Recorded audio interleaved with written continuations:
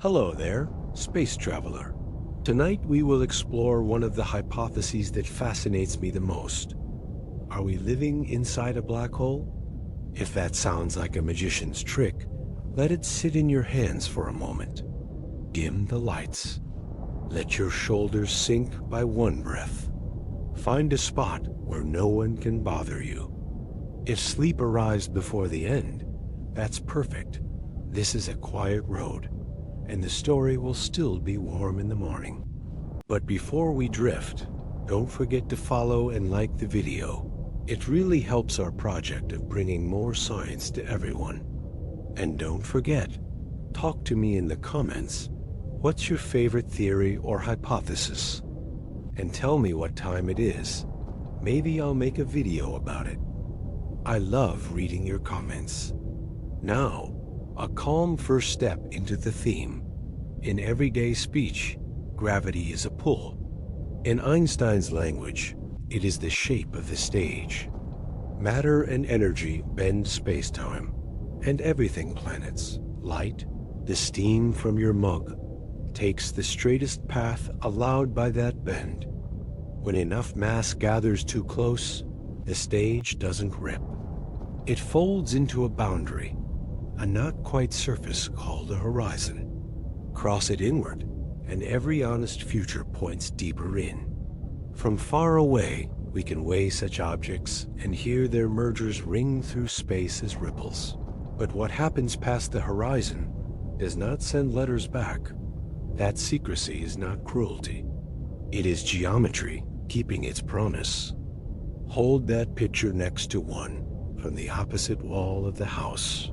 The universe itself not falling inward, but opening outward its average density, thinning with time, its earliest light still cooling in the sky at about 2.7 degrees above absolute zero. Smooth to the eye, speckled in detail, like frost on a window. If a black hole is a place where paths converge, and the universe is a place where paths stretch, why do the shapes rhyme when you listen carefully? Tonight we'll follow that rhyme not with a checklist, but with a quiet thread, and see whether an inside can ever feel exactly like everything. The claim is simple and precise. The universe that holds every star, every galaxy cluster, every filament of cosmic web may itself be an interior. Not a room inside a larger building, but the inside of a black hole, or more carefully, the expanding region that can arise when a black hole does not end in a true singularity. The idea is old enough to have a history and careful enough to earn patience. It appears when general relativity is taken right up to its limits, and when the missing bridge to quantum physics is allowed to add one modest rule. There is a maximum curvature nature permits. With that single ceiling, an ending turns into a beginning. A black hole is not a tunnel or a gap. It is a region of space-time so sharply curved that every future-directed path points inward.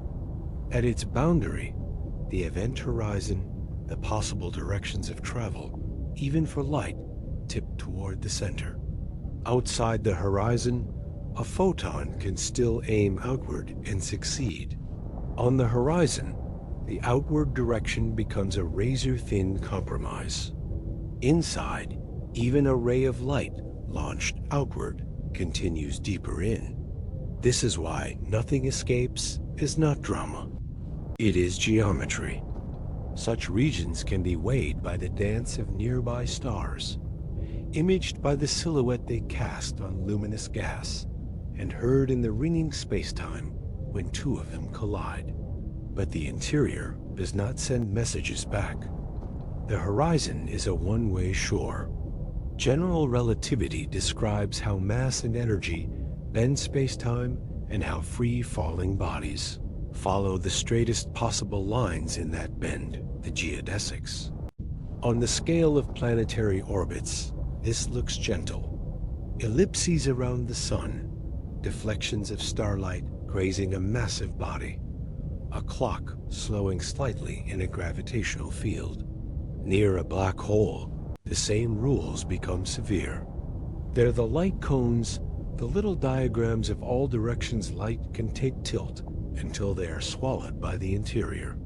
If the equations are carried to their formal conclusion, they predict an infinite curvature at the center, a singularity. Most physicists read this infinity not as a literal needle of space, but as a red margin line telling us the theory has been taken beyond its domain. The missing pages belong to a full quantum theory of gravity. While that deeper theory is not yet complete, one conservative guess captures its essential demand. No physical quantity diverges without bound. There exists a maximum density and a maximum curvature. The collapse that would have run into an infinity stops at a core where the new rule takes over. A ceiling changes the interior map. Instead of a mathematical point, there is a tiny region where further compression is resisted by quantum gravitational effects.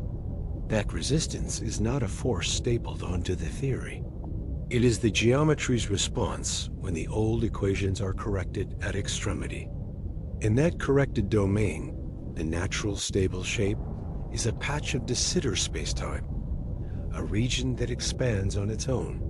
De Sitter space is smooth, nearly uniform, and dominated by a kind of vacuum energy that drives accelerated growth. It carries tiny fluctuations set by quantum chance. Those features are not ornaments. They are exactly the qualities that the early observable universe appears to have possessed. Turn now to the universe at large. On average, it is not collapsing toward a single point. It is expanding. Distances between far-flung galaxies grow with time. The oldest light we can still detect the cosmic microwave background fills. The sky is a nearly perfect glow, only a few degrees above absolute zero. Smooth to 1 part in 100,000, speckled by tiny, random temperature variations.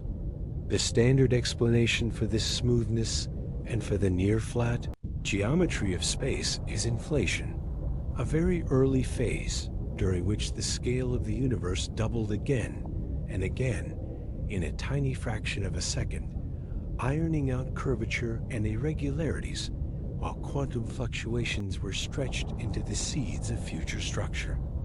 That picture is successful, but it raises two focused questions. What started this rapid expansion, and what eventually stopped it? The interior with a ceiling provides a coherent answer to the first question and a path to the second. If the crush inside a black hole halts at a tiny, high-density core where a curvature cap becomes active, the geometry in that core behaves like de Sitter space. It expands, it is smooth. It bears small quantum ripples.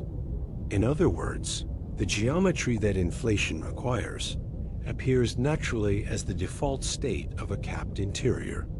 From the outside, the horizon prevents any signal from revealing that an inflating pocket has formed. From the inside, the horizon prevents any signal from revealing that there was ever an outside. Causality closes both doors. To observers born within the pocket, there is no sense of being inside anything. There is only a universe expanding, cooling, and writing its own history. A clean thought experiment makes the geometry vivid. Picture a bright, indestructible clock orbiting near a supermassive black hole. Far away, the clock's radio ticks arrive in steady rhythm. As the orbit decays and the clock sinks toward the horizon, those ticks arrive more and more slowly to a distant listener. Gravitational time dilation stretches the interval between pulses. The clock crosses the horizon in finite proper time without hitting a physical wall. No shock if the hole is large yet past that boundary. Every future-directed path leads inward. In the classical story with no curvature cap, the geodesics end at a singularity. In the capped story, they reach the core where the corrected geometry governs. There, the radial direction formerly, the way in now, belongs to an expanding patch. Locally, the expansion behaves like the first stage of a young universe. Rapid growth that smooths irregularities while preserving faint, random ripples. The clock cannot reverse course. No signal can climb back through the horizon. For anything born inside, the only sky is the sky of the pocket. The rhyme between these two pictures, the capped interior and the observed early universe, is precise where it matters. Smoothness follows from accelerated growth. Near-flat geometry follows because rapid expansion erases curvature. Tiny fluctuations arise from quantum noise stretched to cosmic scales. None of this proves that our universe began as the interior of a black hole elsewhere. It shows that when general relativity is allowed to meet a single reasonable quantum demand, no true singularities, the geometry that inflation needs is the geometry the interior wants to adopt. The beginning required by cosmology and the ending forbidden by quantum discipline become the same event seen from two sides. Skepticism is not just allowed here, it is the correct posture. A good doubt asks what could ever be learned from inside a causally sealed region. Horizons block direct signatures. That is the point of a horizon, but skepticism does not erase coherence. It narrows claims. The claim here is modest. If nature caps curvature, the interior of a black hole does not terminate at an impossible point. It relaxes into an expanding patch with the right properties to look from the inside, like a young inflating universe. The outside cannot read the inside. The inside cannot read the outside. Both views are complete within their causal reach. There is an additional, sharper question that belongs to later chapters. Why would interior inflation ever end? In standard cosmology, inflation must stop so that radiation, matter, and later structure can take over. Inside a black hole, the balance between matter falling in and mass lost to quantum effects, such as Hawking radiation, changes with cosmic time. As accretion wanes and evaporation grows, the interior conditions that sustain rapid expansion could ease, allowing inflation to end softly. The details require the full equations of quantum gravity. The outline requires only the ceiling and the horizon. One final image fixes the scale of humility.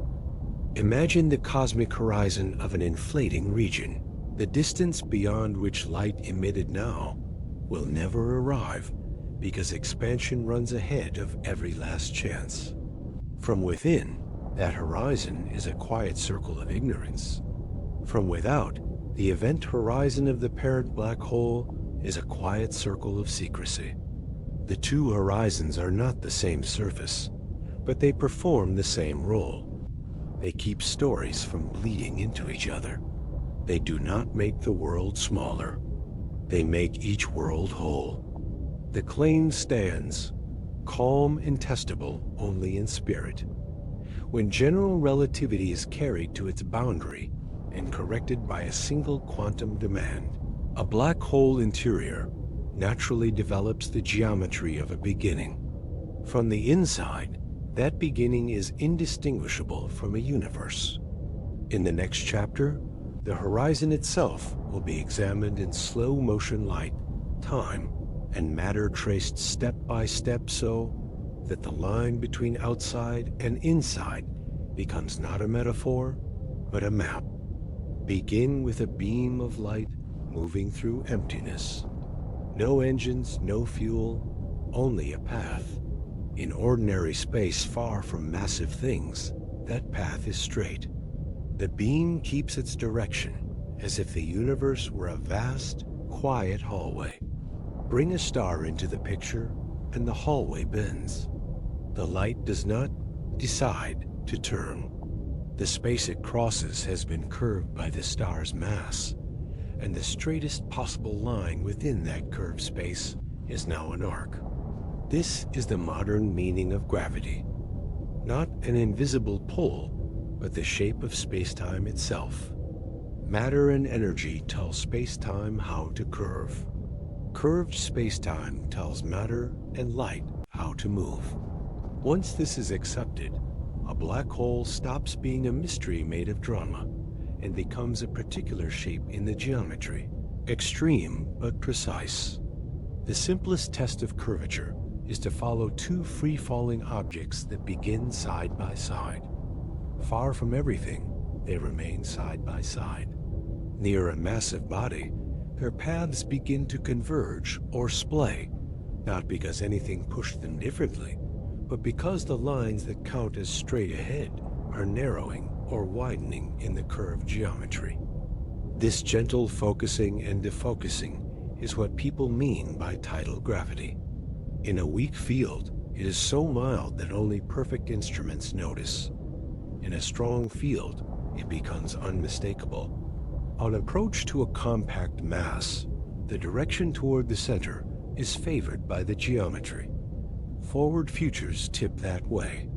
Keep increasing the mass density, and a new feature appears: a horizon. A horizon is not a material shell. It is the place where the future becomes a one-way street. At that surface, the little cone of all possible directions light can take tilt so far toward the center that the outward options collapse to a razor-edge edge. Cross the surface, and even light launched in the best possible outward direction still finds that the geometry is carrying it inward. That is the definition of an event horizon. It is not the speed of light that fails. It is the meaning of outward that changes. From outside the horizon, one can weigh the black hole by watching nearby stars orbit. One can infer its spin from the behavior of hot gas and the shape of the glow. One can hear its mergers in the tremors of spacetime. But no signal sent from behind the horizon finds a route back. The geometry itself removes the address. Just beyond the horizon lies a region where light can whirl in precarious circles. This is the photon sphere, the place where a ray can loop once, twice, a dozen times if it is launched just so, before either plunging inward or escaping outward. Those looping paths are behind the thin, bright rings seen when a black hole is imaged against glowing gas. Deeper out, at a larger radius, is the last safe racetrack for matter in orbit, the innermost stable circular orbit. Inside that radius, circular motion cannot be sustained. A small nudge sends the traveler inward for good. Accretion disks naturally end there. Hot plasma spirals down to that last track, sheds energy, then dives. If the hull spins, the tracks shift. The innermost stable orbit moves closer, on the side where the disk's rotation matches the hole, and a little farther out where it fights the spin. Rotation also drags spacetime around with it, a slow whirl called frame dragging, so that even standing still near a fast-spinning hole means being gently carried around. Time behaves with the same honesty as light. In curved spacetime, clocks do not all agree. A clock deep in a gravitational field ticks more slowly than a twin far away. This is gravitational time dilation. The effect is tiny near Earth, measurable near a neutron star, and unavoidable near a black hole. Follow a sturdy probe as it falls toward a large, non-spinning hole. From the probe's own point of view, the crossing of the horizon is unremarkable. There is no bump or flash at that surface. The clock's hands move at their natural pace.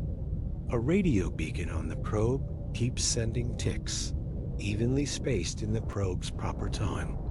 But to a listener far away, each tick takes longer to arrive than the last, and each is stretched to a lower pitch. The signal fades, redder and farther between, until it sinks below detection. This is not an illusion caused by optics. It is the way the geometry sorts events. The distant listener never sees the probe cross.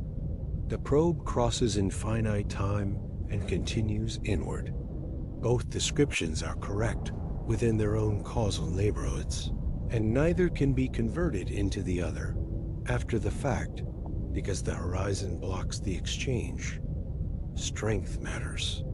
Tidal forces at the horizon of a small black hole can be harsh enough to tear matter lengthwise and squeeze it sideways, a process with a theatrical name that the equations justify.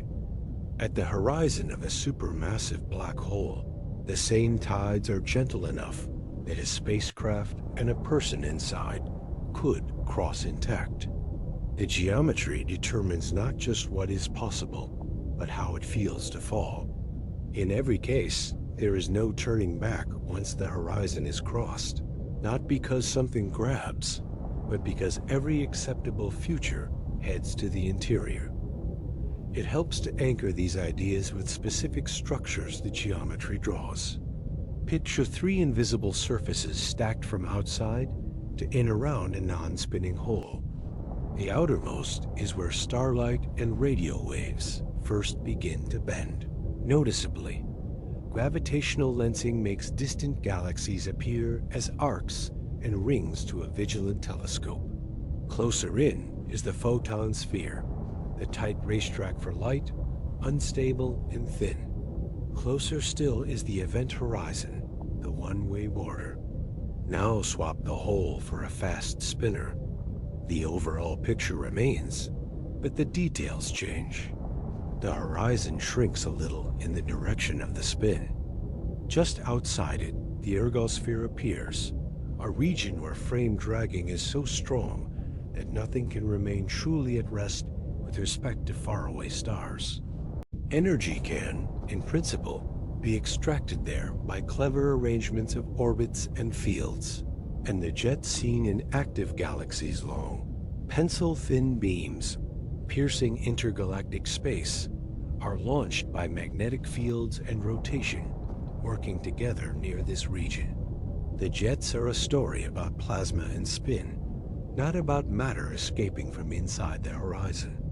The horizon keeps its promise.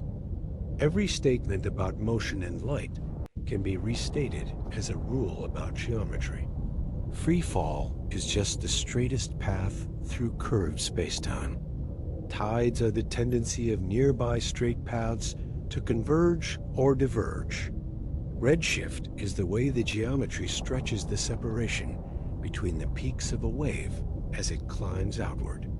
Horizons are the places where the map of futures no longer includes an outside. None of this requires the language of forces.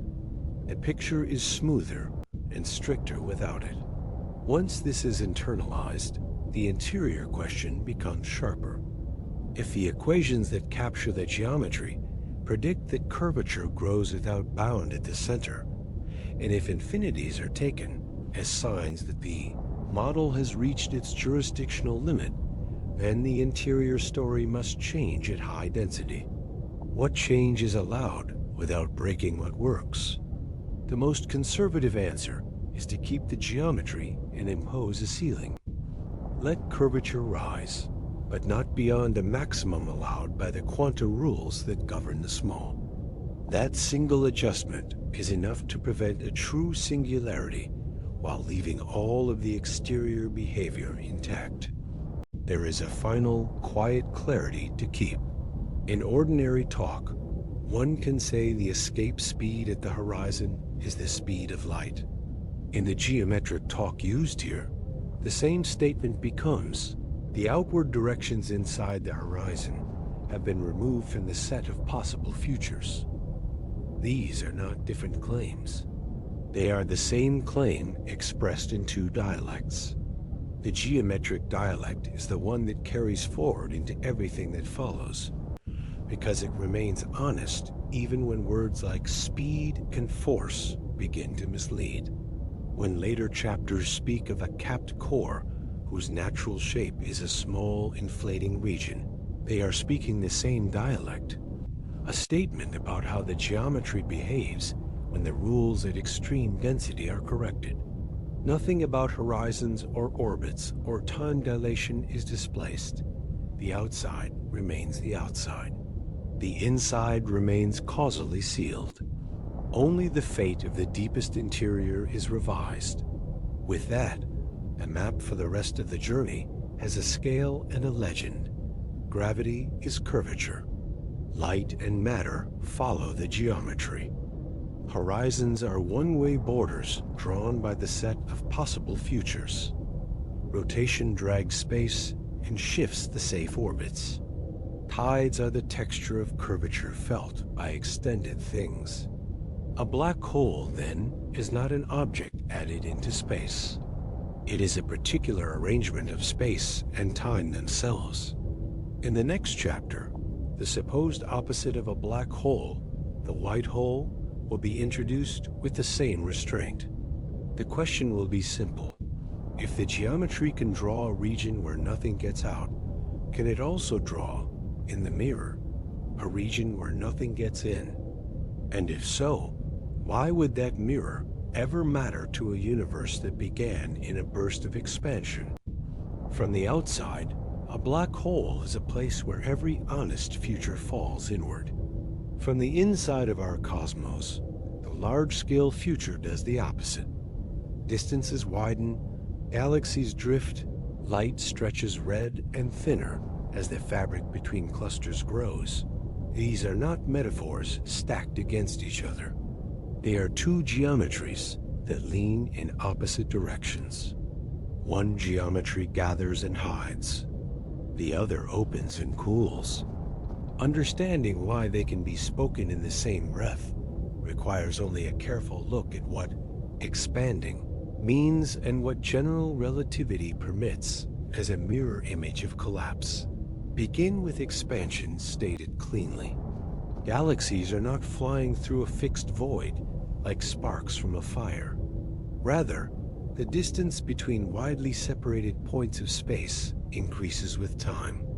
Light that set out blue arrives redder because the space it crosses lengthens the waves as they travel. On the very largest scales, the cosmos is remarkably even no special center, no edge you could ever reach. So the increase in distance is uniform when averaged over enough volume. That uniformity is not guesswork. It is written into the oldest light we can still see, a microwave afterglow that wraps the sky in a nearly perfect temperature with tiny, random flecks. The picture that fits these facts best is that early on, space underwent a brief, violent growth spurt distances doubling again and again, so fast that any initial lumps were ironed nearly flat, while quantum whispers are stretched into the faint modeling we still measure. Set beside that the interior story of a black hole told with the same geometric honesty. Outside its horizon, there are paths that lead outward. On the horizon, outward futures narrow to a knife edge. Inside, all futures point in. In the classical equations, those futures end at a singularity where curvature diverges. But if nature forbids literal infinities and imposes a maximum curvature, the final inward rush halts at a tiny, high-density core. At that point, the corrected geometry is not a frozen stalemate. It is a region whose most natural state is to expand. Mathematically, that state looks like a pocket of de Sitter spacetime smooth, almost uniform, driven by a kind of vacuum energy that makes distances grow all by themselves. The word opposites earns its place here. A black hole's horizon is a one-way border for messages trying to get out. A rapidly expanding region like de Sitter space draws a different kind of horizon, one that clamps down on messages trying to get in. Beyond a certain distance, light emitted toward you now will never arrive, because expansion outruns even light's best effort. To an observer living inside such a region, There is a circular limit to what can ever be seen, not because something is blocking the view, but because the geometry guarantees that some signals will always fall behind the moving goalpost of space.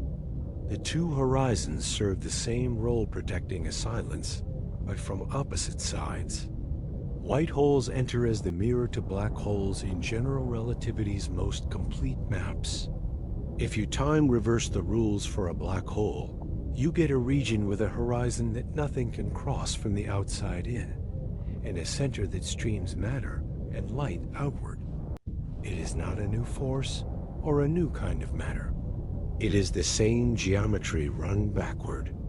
In tidy textbooks, this mirror shows up when you extend the equations beyond their usual patch. And on the diagram, both black and white regions appear as part of a single larger structure. In the real sky, we have never caught a definite white hole in the act, and there are good reasons to think they would be unstable in our universe. But as a way of thinking, the mirror matters. It tells you that the same mathematics that draws a one-way inward region can also draw a one-way outward burst. Now connect that mirror image to the Big Bang with care. No one inside our universe can watch before our beginning.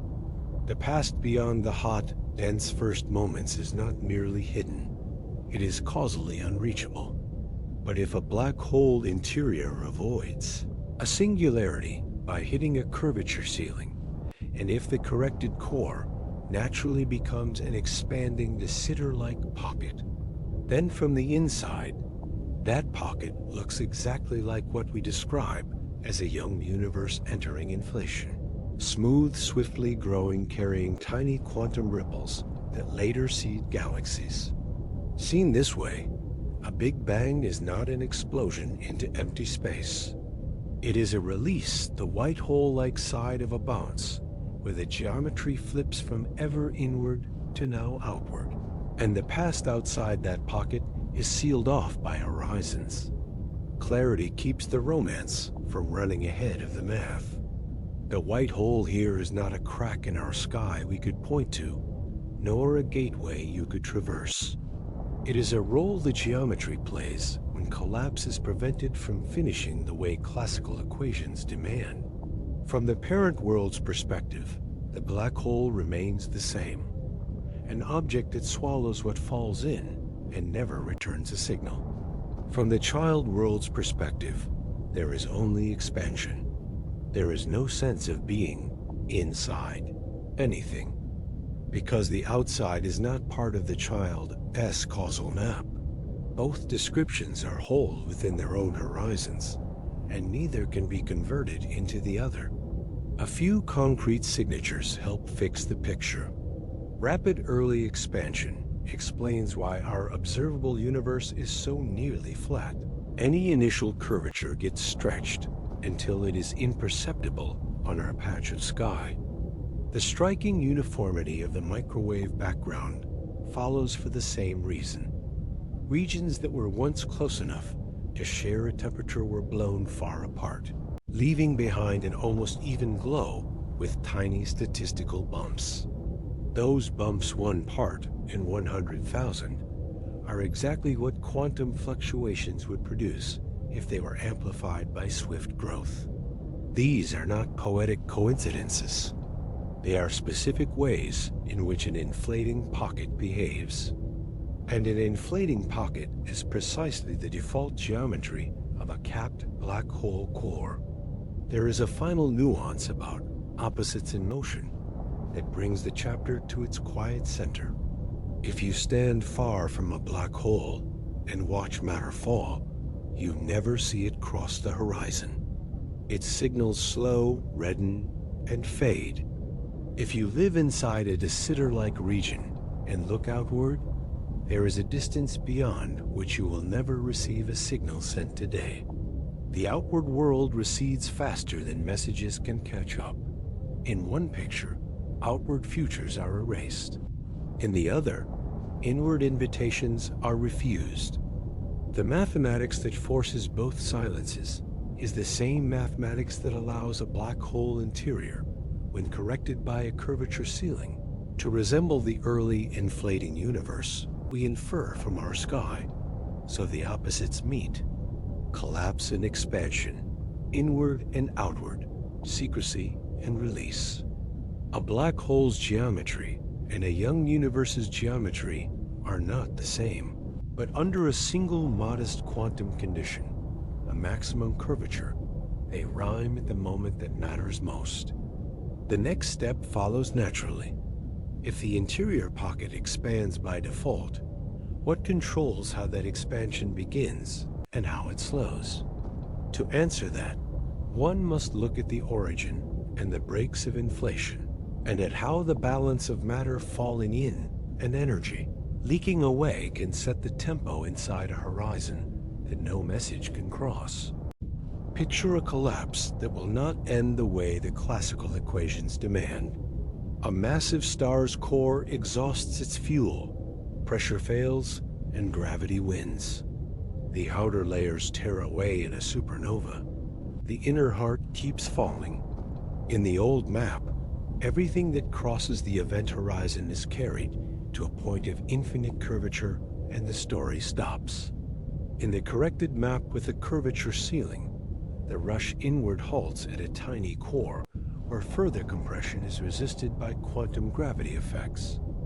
The geometry there does not freeze. It relaxes into the most stable shape available at extreme density, a small de Sitter pocket that expands on its own. The seed exists. It is not a tunnel, not a doorway, not a science fiction shortcut. It is a new region of spacetime with its own clock, causally sealed from the parent by horizons that keep both silences. The inside cannot hear the outside, and the outside cannot hear the inside. Once this picture is allowed, the phrase matryoshka worlds is more than metaphor.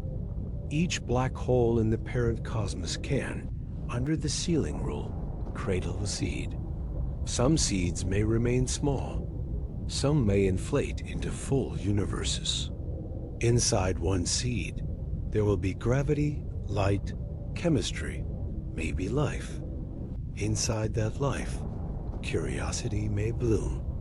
And within that child universe, massive stars will die again. Black holes will form again, and the same rule will write new pockets further interiors that feel like everything to those who live within them. There is no ladder back through the horizons to compare notes. There is only a branching of stories, each hole within its own light. Two features make the seed viable as a cosmos rather than a transient bubble. The first is smoothness. The capped core begins near maximum density, and the same quantum corrections that prevent a singularity also iron away sharp gradients.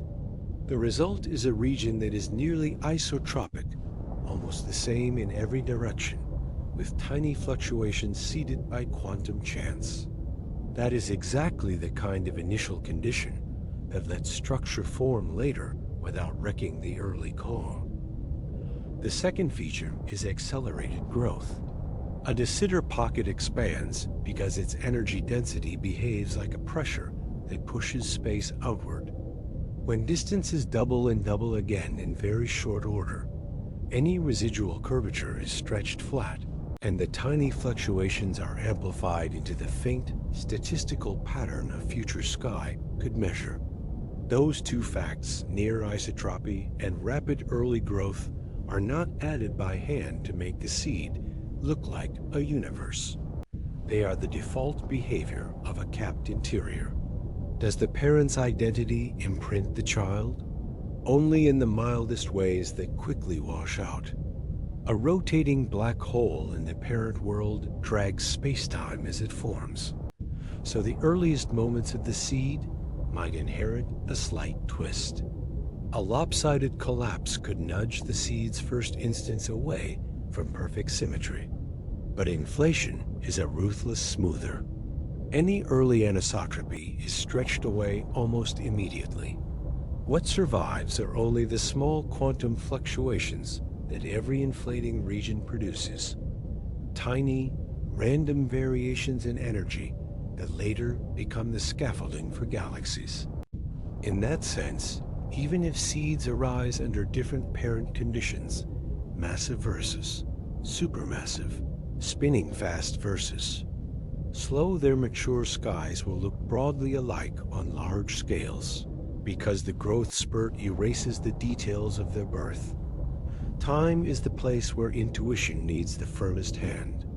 Outside the horizon, a supermassive black hole may persist for a span that dwarfs the current age of our universe.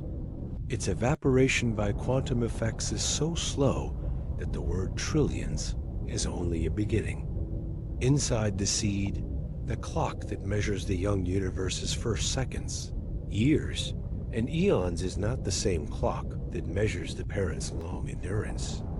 The relationship between those times is not a conversion that a traveler could carry in a pocket. The horizon forbids comparing calendars directly. What matters is not synchronizing moments across the border, but recognizing that a complete cosmic history cooling, star formation, chemistry, perhaps minds, can play out fully within the seed, while the parent black hole remains, to outsiders, a long-lived silence in the dark. How many seeds could there be? A typical large galaxy likely holds a supermassive black hole in its core and a far larger population of stellar mass black holes scattered through its disk and halo. Across the observable cosmos, the count is beyond easy language. The ceiling rule does not claim that every one of those objects becomes a child universe that looks like ours. It says only that every horizon could hide a capped interior whose natural state is to expand. Some seeds may never grow beyond a microscopic scale. Some may fail to inflate efficiently. Some may blossom into regions as vast as any sky can hold. The map does not require uniform success. It requires only that seeds are possible wherever horizons form, and that horizons form wherever gravity compacts matter enough. A simple thought experiment fixes the nested idea without romance. Imagine a parent cosmos in which a massive star collapses and a black hole forms. Inside that horizon, a de Sitter pocket appears and inflates, called this child one. Within child one, normal astrophysics unfolds. Gas cools, stars ignite, heavy elements are forged in their cores and scattered in their depths, and black holes form again from the remnants of the most massive stars. Each of those black holes can, in turn, cradle a pocket grandchild 1, 1b, and so on. For an observer in child 1, those black holes are just black holes. They do not open into corridors or show special behavior. For an observer in grandchild 1, the parent and grandparent are not places at all. They are outside the causal map. The nesting is not a hierarchy you can climb. It is a genealogy that no member can document from the inside. If nesting is allowed, a natural temptation is to wonder whether some traits of the parent influence which seeds thrive. That idea, cosmic natural selection, belongs to later chapters and deserves careful limits. Here, the only statement made is the minimal one. A seed's expansion is controlled by the energy conditions inside the capped core, not by deliberate tuning. In generic conditions, a de Sitter-like behavior arises. In generic conditions, inflation ends when those energy conditions change. There is no claim that constants must be fine-tuned by ancestry, only that an interior with a curvature ceiling has the right geometry to begin and to grow. The causal separation between worlds can be pictured with two horizons drawn on different sheets. On the parent sheet sits the event horizon, a border no signal from inside can cross to reach the outside. On the child sheet sits the cosmic horizon of an inflating region, a border beyond which no signal from the parent can ever arrive. The two borders are not the same object, but they serve the same function on their own pages. They keep the stories self-contained. They prevent paradoxes that would come from trying to compare temperatures, entropies, or histories across a wall that no message can cross. In practical terms, this means the nesting is safe from contradiction. There is no way, even in principle, for a measurement inside the child to reveal direct, readable fingerprints of the parent's particular collapse. The scale of the seed at birth is almost unimaginably small, far smaller than an atomic nucleus. That is not a liability. It is a requirement. At maximum density, the only way to avoid singular collapse is for the corrected geometry to push outward. The first doubling happens quickly, and many more follow. In a handful of internal instants, the patch grows by factors so large that the original size ceases to be relevant. The early growth does the heavy lifting, erasing initial curvature, suppressing any directional bias, preserving only the quantum noise that later becomes structure. After the burst, expansion continues more gently. Radiation dominates and cools. Later, matter dominates and clumps. Still later, the expansion may accelerate again under whatever plays the role of vacuum energy in that world. To inhabitants, this is cosmic history. To the parent, there is nothing to see. The horizon keeps its promise. Not every corner of this picture is settled.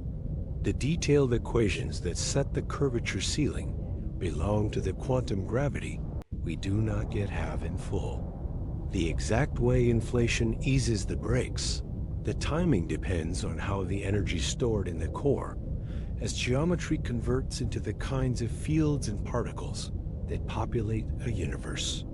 Some approaches imagine the very late life of the parent, black hole ending in a white hole-like release that helps the seeds transition from inflation to ordinary expansion.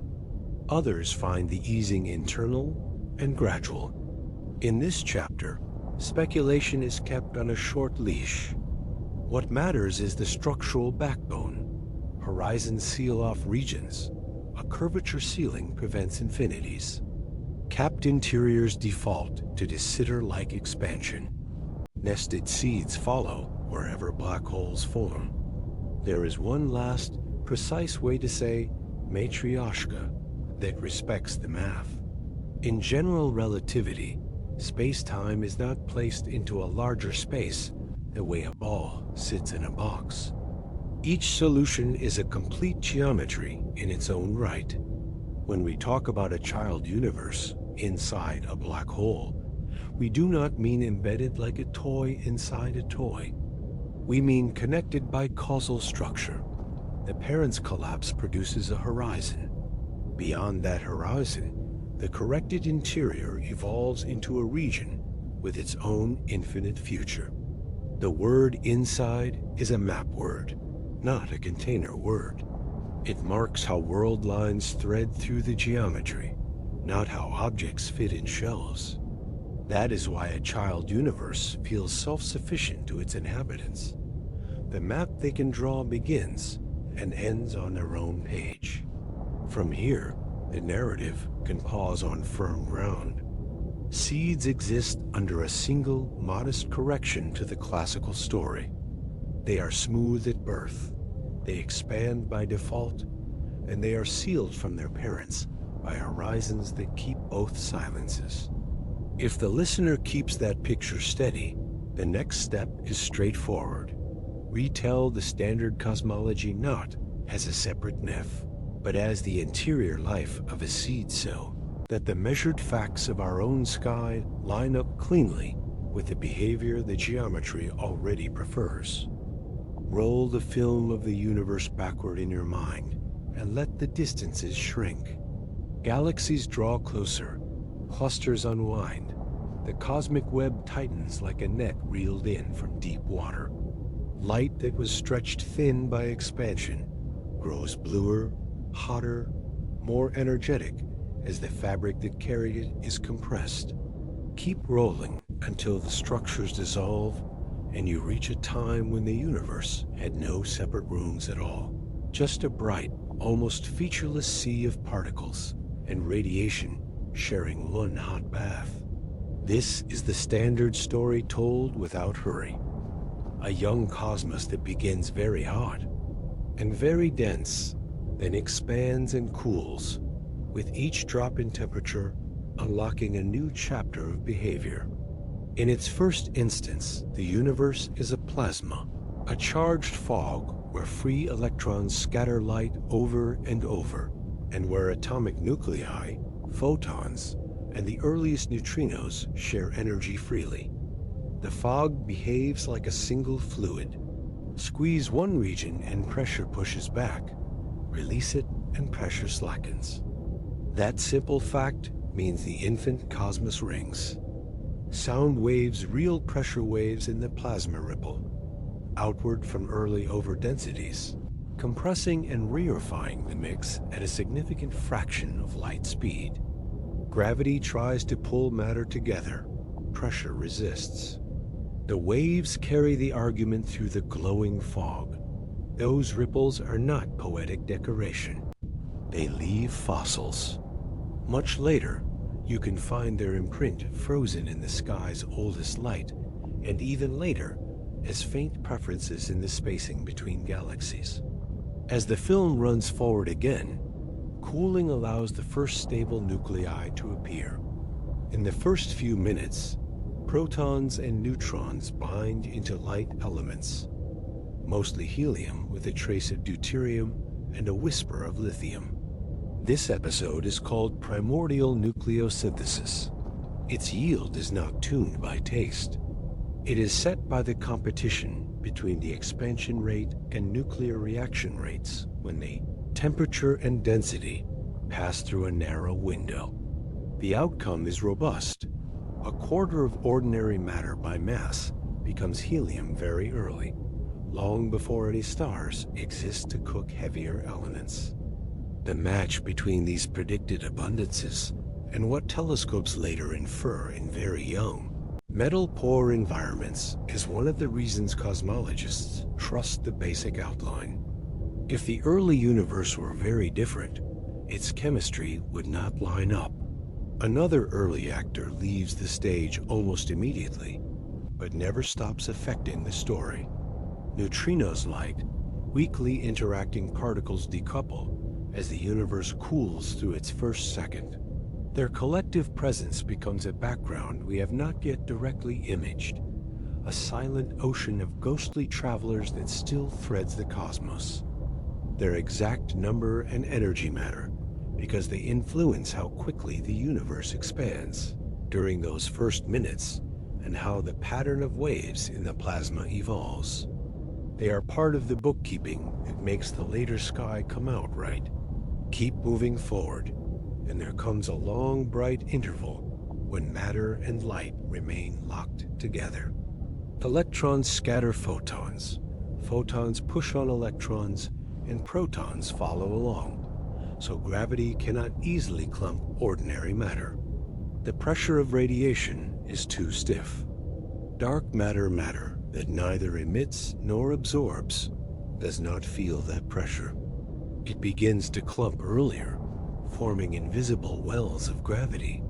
Ordinary matter will later fall into those wells once it is released from the radiation's grip. In this way, dark matter sketches the scaffolding first, and ordinary matter builds on the scaffold later. The cosmic web's filaments and nodes, so striking in maps of the nearby universe, are the matured version of those early blueprints. There is a quiet, decisive moment when the fog clears. As expansion and cooling continue, electrons finally find and keep protons, settling into neutral hydrogen and helium. When that happens, light is no longer scattered at every step. It can travel long distances without being interrupted. The universe becomes transparent. The glow that streams out at that time has been moving ever since, redshifted by expansion into microwaves so cold that they bathe the sky at about 2 degrees above absolute zero. This is the cosmic microwave background, the earliest light we can see. To the naked idea, it looks astonishingly uniform.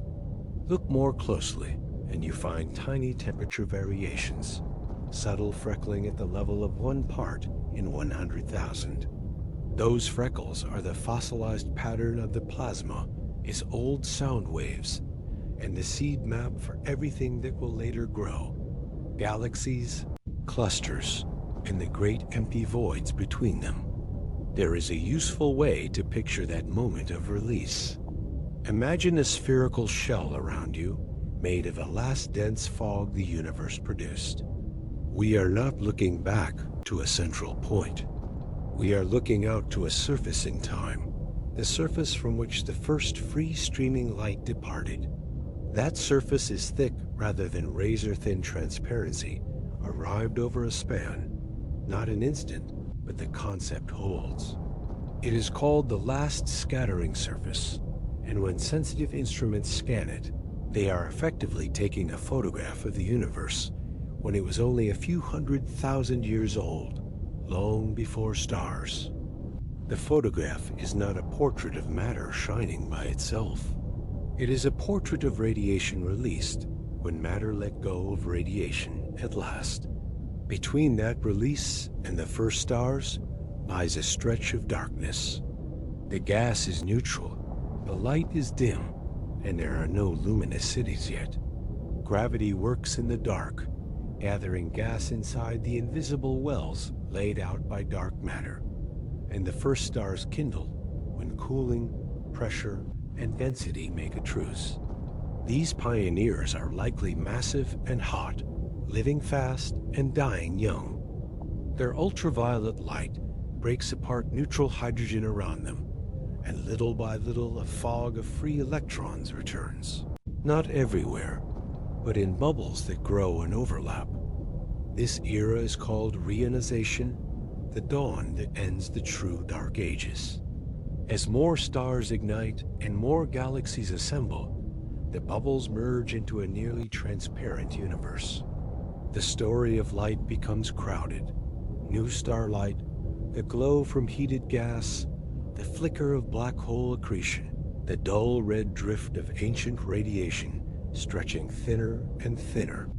Across all this, expansion continues to set the rhythm. Nearby galaxies are bound together by their own gravity, but across great distances the rule is simple. The greater the separation, the faster the recession, not because galaxies are racing through space like arrows, but because space itself is stretching between them. This relation linear on the largest scales is the Hubble-Lemaître law, the clean summary that links distance to redshift. It is not a speed limit violation or a paradox.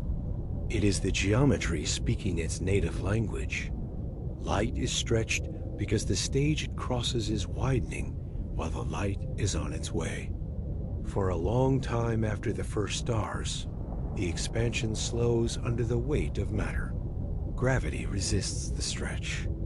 Later, a new agent dominates, something that acts like an energy of the vacuum itself, pressure with the opposite sign, a gentle insistence that pushes distances to grow faster again. This late-time acceleration is attributed to what we call dark energy, simple in its equations when modeled as a cosmological constant, puzzling in its origin, decisive in its effect. Under its rule, the universe's future is quiet and cold. Structures that are already bound stay bound. Vast regions drift permanently out of causal contact with one another. The microwave background cools further toward silence. The standard story is dense with checks. The helium fraction predicted by early nucleosynthesis matches observations in primitive environments. The freckle pattern on the microwave sky matches the acoustic physics of an early plasma and the number of light species that were present. The way galaxies cluster on very large scales carries the faint echo of those first sound waves as a preferred separation, a standard ruler called a baryon acoustic oscillation. Independent measurements of expansion history, structure growth, and the microwave background all point to the same broad ledger. A universe that is mostly dark matter and dark energy with a smaller share of ordinary matter, all evolving from tiny, nearly scale-free fluctuations. Inflation sits inside this story as a brief first act that explains troubling coincidences without demanding them by hand. Why is the observable universe so nearly flat? Rapid early growth stretches any initial curvature so thin that our patch looks Euclidean. Why is the microwave sky so uniform on opposite sides? Rapid early growth takes regions that were once in contact and blows them far apart, preserving their shared temperature. Why are the freckles so tiny and so statistically simple? Quantum fluctuations in the inflating stage are exactly that: tiny and simple, and stretched to cosmic size. Inflation is not an extra flourish layered over the tail. It is the mechanism that makes the rest of the tail naturally look the way it does. Its engine and its brakes, however, are where the open questions live, and those are the questions the seed picture was built to meet. What starts the growth, and what later eases it? None of this narrative depends on guessing the universe's parentage. If you live in a seed born inside a black hole, the standard story still unfolds exactly as told from the inside. The plasma still rings. Helium still forms early. Transparency still arrives when electrons bind. The last scattering surface still wraps the sky. The dark ages still end in scattered dawns. The cosmic web still grows along invisible scaffolds. Late-time acceleration still makes distances pull away with renewed firmness. Horizons keep their promises in both pictures. The only thing the standard story refuses to reveal is what, if anything, lay beyond the beginning it can see. That veil is not a flaw. It is a feature of causality. The map ends where messages cannot come from. Hold the film in your hands for a moment and feel its smoothness. A hot start, a cooling expansion. Waves that leave fossils, elements forged early. Light released, darkness, dawn, and the long, slow flowering of structure. This is the interior life of a universe, written by simple rules on a curved stage. In the chapters ahead, the two riddles we set aside will be taken up one at a time. Where the early growth comes from and how it ends without overrunning the rest of history. The answers will be given the same restraint as the story you have just heard. Because the aim is not to force belief, but to let the geometry make its own case. Inflation is the quiet engine hidden under the early universe. For a short, decisive interval, distances doubled again and again, turning an uneven, cramped beginning into a smooth, nearly flat expanse with tiny statistical ripples. Look at the sky's oldest light, and you see the signature everywhere. Uniform to 1 part in 100,000, freckled just enough to seed galaxies later. The mechanism works beautifully as an explanation, yet it arrives with two focused questions that cannot be dodged. What starts inflation? And just as important, what stops it in time for stars, chemistry, and minds to emerge? Call them the two riddles. They are not slogans. They are technical demands wrapped in plain words. A start without special pleading. A stop without wreckage. He begins with the first riddle and keeps the geometry in view, because the geometry does most of the talking if you let it. Inflation needs a state of spacetime that behaves like a pressure with the wrong sign repulsive, rather than attractive on cosmic scales. In simple language, that state is well approximated by de Sitter geometry, almost uniform, expanding exponentially, and dominated by an energy density that barely changes while the expansion roars. Standard textbooks model that behavior with the field rolling slowly along a very flat plateau of potential energy. While the field lingers on the plateau, space expands swiftly and almost uniformly. Quantum jitters in the field become tiny density variations, the freckles we later map on the microwave sky. But a field on a perfect plateau is a delicate picture. Why should the field start in the right place? Why should a large enough patch be smooth enough to begin? In ordinary space, these questions look like special tuning, as if someone had to arrange the first dominoes by hand. The seed picture shifts the burden with one sober move. Inside a black hole that refuses to end in a true singularity, because nature caps curvature, there is a tiny core where the classical rush inward meets a new rule. The corrected geometry does not crystallize. It relaxes into the most stable option available at extreme density, a small, de Sitter-like pocket. No extra ingredient is added by taste. The pocket's vacuum-like energy is not a field chosen from a catalog. It is the geometric effect of crowding spacetime against the ceiling and then letting the correction push back. That pushback acts like a uniform energy density. The result is the very thing inflation asks for at the start. A region whose default behavior is to expand rapidly and almost uniformly. Smoothness, which looks like a miracle in ordinary initial conditions, enters here as a consequence of the ceiling itself. The same quantum gravity corrections that prevent infinite curvature also iron away sharp gradients near the core. The seed does not have to find a flat plateau. It is born in a room that is already flat enough for the task, with slight unavoidable quantum ripples that are exactly the kind inflation needs to stretch and preserve. In this sense, the start of inflation becomes the default state of a capped interior, rather than a careful choice from improbable arrangements. There is a second way the seed geometry answers the first riddle without fanfare.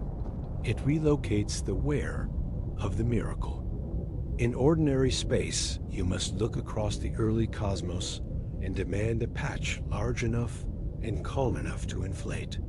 In the capped interior, you look at a tiny domain whose size is set by the ceiling, far smaller than a nucleus, and let the expansion do the heavy lifting. The patch does not need to be enormous to begin. It becomes enormous by the nature of the state it begins in. The miracle, if the word must be used, is not the size of the patch, but the existence of a ceiling that prevents the equations from diving to infinity. And that ceiling is not decorative. It is the most conservative correction one can impose when blending gravity with quantum rules. Physical quantities do not diverge. A clean mental image helps. Draw a diagram of light cones, the little funnels that show which directions light can go next. Outside any horizon, the cones tilt slightly in the direction of mass. Inside a classical black hole, they tip so far inward that even light aimed outward is still headed to the center. Now impose a curvature cap. At the very core, the geometry changes character. The cones reorient so that the natural progression of time increases the size of space rather than decreasing it. Locally, the geometry acts like de Sitter space. The cones say, in their spare grammar, grow. That instruction is the start of inflation, written in the language of possible futures instead of the language of forces and fields. The first riddle, then, is not erased. It is answered in a different dialect. Inflation starts because the only way to avoid a singularity in a collapsing interior is for the corrected geometry to become the kind that expands. The seed's vacuum energy is the geometric pressure of a ceiling reached and released. Smoothness comes free. The small, random ripples are mandatory. Nothing delicate is tuned by hand. A new region inflates because that is what a capped interior does. The second riddle is subtler and carries more conditions. Inflation must end. The growth must ease to make way for ordinary expansion, for radiation and matter, for clumping, for structure. In textbook models, the same field that once lingered on a flat plateau eventually rolls down and begins to oscillate around a valley. Its stored energy converts into a hot bath of particles in a process called reheating. The equations are patient but decisive. If the field fails to roll or the plateau stretches too far, inflation does not end in our patch. Worse, in many models, the field's random quantum jitters mean some regions keep inflating forever. A patchwork of endless beginnings, eternal inflation, complicated, beautiful, and hard to reconcile with a clean global stop. How does a capped interior ease the break without inventing new machinery? The answer is written in the balance sheet of the parent black hole. Two flows matter: matter falling in and energy leaking away. Accretion feeds the black hole. Hawking evaporation starves it, so slowly for a supermassive object that the word slow hardly qualifies. Early on, especially in a busy parent cosmos, accretion dominates. The conditions at the core remain close to the ceiling. The de Sitter-like behavior is robust. The pocket inflates. As the long night progresses and the parent gathers less, the evaporation term grows in relative importance. The mass of the black hole falls. The intensity of the interior squeeze lessens. The demand for a strong geometric pushback eases. In the corrected core, that easing shows up as a slow reduction in the effective vacuum-like energy that drives the expansion. The de Sitter state is not immortal. It relaxes. Put differently, the interior's equation of state shifts. While the core sits hard against the ceiling, the pressure is nearly negative and large in magnitude, the hallmark of inflation. As the ceiling is less insistently pressed, the pressure becomes less negative. Inflation slows and then ends. The geometry does not flip a switch. It takes its time, guided by the parent's appetite and its slow leak. When the push weakens enough, the energy stored in the inflating geometry must go somewhere.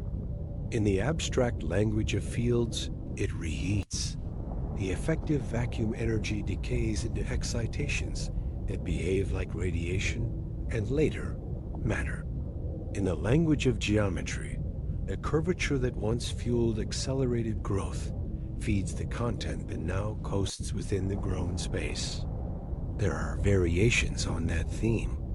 In one, the end is internal and gradual. The cap still holds, but the interior pressure thins as the parent's mass drifts downward, and the pocket's inflation gives way to the gentler expansion of a hot, radiation-filled universe. In another, the final stages of the parent's evaporation culminate in a white hole-like release, a brief, intense event that couples strongly to the interior and helps complete the handoff from vacuum-driven growth to ordinary expansion. In both pictures, the horizon keeps its promise. No signal escapes to the parent. No message arrives from the parent. The end of inflation is a local transaction in the seed. Paced by global conditions, it cannot witness, but must nevertheless inherit through the slow changing of parameters. None of this pretends to be the last word. The exact microphysics of reheating in a capped interior depends on the very quantum gravity equations that do not yet sit finished on anyone's desk. But the scaffolding is honest. A ceiling prevents singularities. That ceiling behaves like a vacuum-like energy while it is tightly pressed. As the pressure eases, because the parent's mass and the interior conditions evolve, the vacuum-like term decays and the expansion enters a new regime.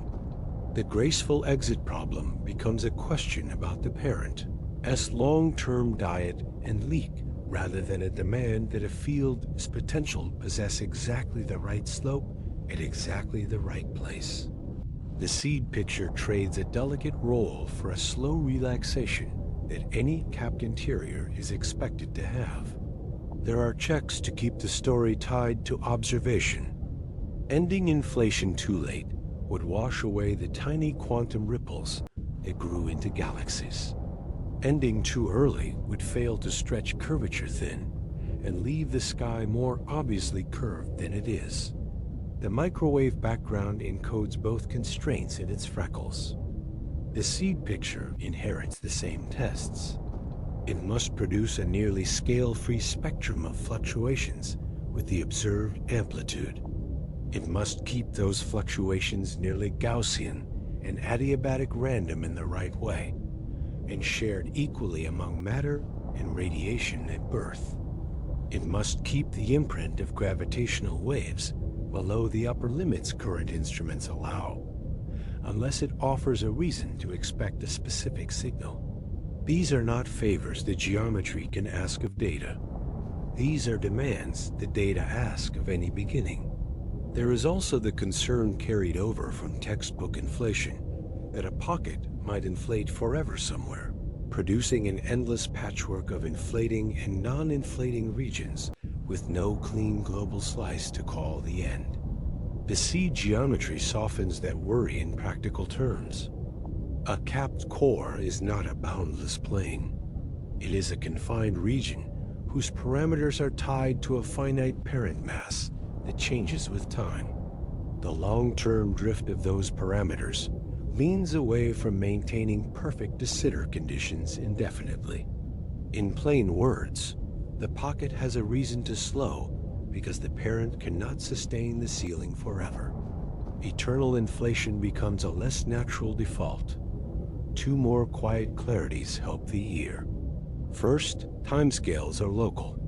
The seed can run through its entire inflationary episode in what its own clock measures as a breath, while the parent black hole to outside observers lives longer than the current age of our universe by factors without good names.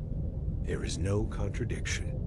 There is only the reminder that clocks tied to different regions of spacetime do not agree, and horizons keep them from arguing. Second, energy here is not a fluid sloshing between rooms.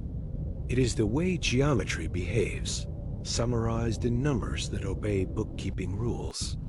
When the vacuum-like term decays, no invisible pipe opens to the parent. The change is internal to the pocket and expresses itself as the birth of ordinary content, radiation, then matter. He gathers the two riddles in one place before setting them down. Start. In a capped interior, the default state near the ceiling is de Sitter-like. Inflation begins because there is nothing else for a corrected core to do. Stop. As the parent's mass evolution slowly reduces the need for a strong pushback, the effective vacuum energy relaxes. The pocket reheats and enters standard expansion. Neither claim requires a hand placed delicately on an invisible dial. Both are consequences of letting geometry run honestly to the edge of the classical map and then refusing infinities. What remains uncertain is named without apology: the detailed equations of the ceiling. The precise way fluctuations are generated and converted. The mechanism of reheating in a geometry-first description. The role rotation and charge might play in tiny corrections to the start or the stop. Those open doors do not weaken the backbone. They invite work.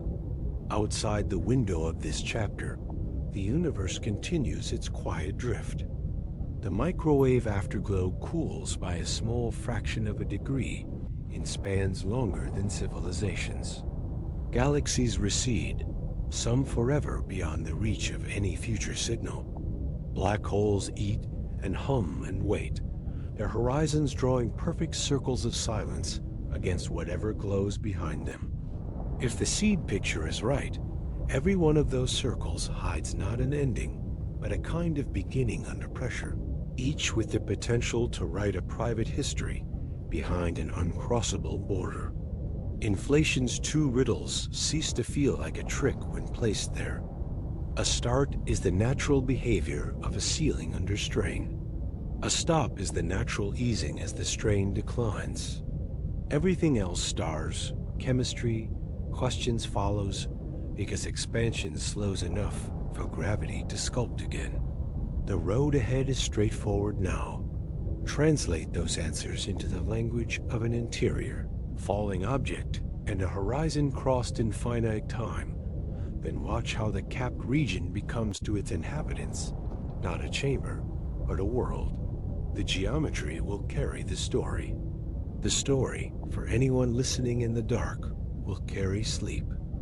There is a point in the classical map where the lines go red and the story says infinity.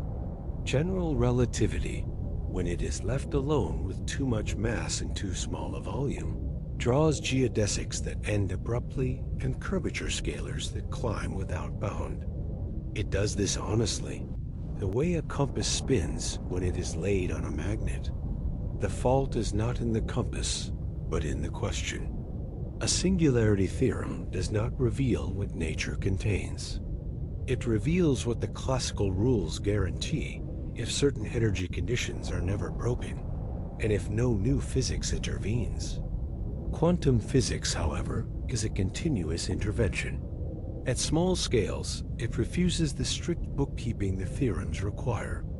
Vacuums fluctuate. Pressures can briefly run negative. Energy conditions can be violated in tiny, disciplined ways. Where the classical proof relied on a perfect ledger, the quantum world edits the margins.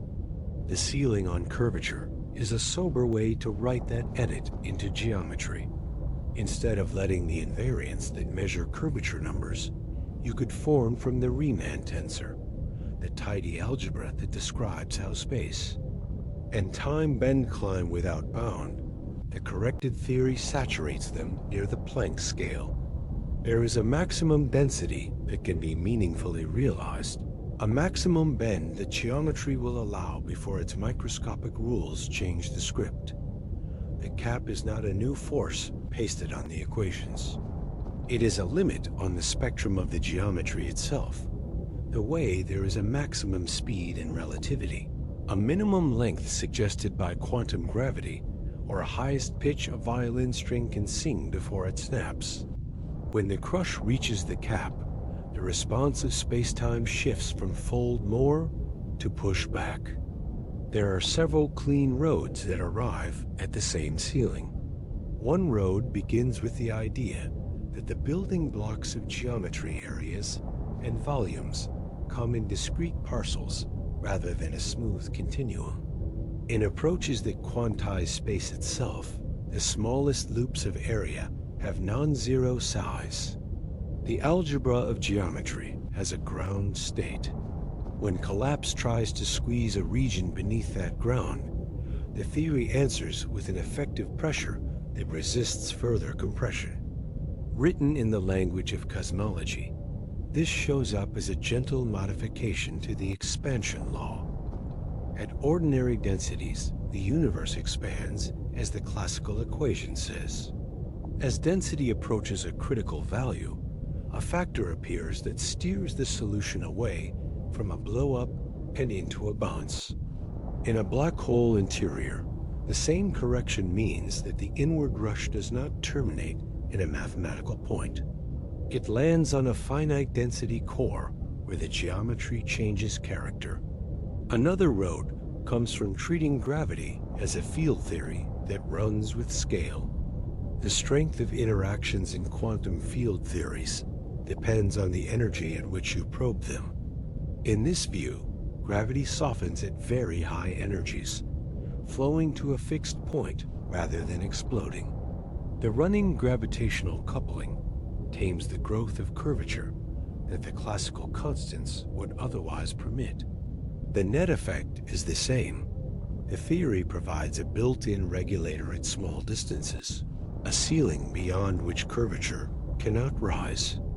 The last miles of the fall no longer lead to an infinite cliff. They lead to a plateau. A third road borrows intuition from theories where strings, not points, are the fundamental actors. Extended objects bring their own softening. They smear what would have been a pinpoint into something with structure. Dualities in the mathematics statements that one description at very small distances is equivalent to another description at larger distances hint that shorter than this may not be a meaningful phrase. If there is a shortest length that physics recognizes, then there is a largest curvature it will admit. The two are the same statement in different dialects. In some developments, what looked like a singular interior becomes a richly structured fuzz of states. In others, horizons behave as surfaces with a finite density of information, a limit that again points away from true infinities. Even semiclassical gravity, the modest project of letting quantum fields live on a curved stage while gravity remains, classical pushes in the same direction. The vacuum is not empty. It is restless, and its stress energy, once renormalized carefully, feeds back into the geometry. Near extreme curvature, the vacuum's response can generate effective pressures that counter collapse. This is not hand-waving. It is the same physics that lets light climb out of a gravitational well a little redder than it fell in, now speaking through the full stress energy tensor. The details are technical. The moral is plain. Quantum back reaction can invalidate the exact energy conditions the singularity theorems need, removing the guarantee that geodesics must end. A ceiling has consequences you can describe without equations. Imagine compressing a sphere of matter with a ring of synchronized light clocks embedded in its surface. Classically, as you add mass or shrink the radius, the curvature at the center grows until the clock's future light cones all point inward. The horizon appears. The math marches to infinity. With a ceiling, the clocks still see the horizon form, but the invariant that would have spiked at the center saturates. You can try to tighten the sphere further. The clocks answer by drifting out of sync in a way that signals a new phase of geometry. Pressure no longer acts like pressure in an ordinary fluid.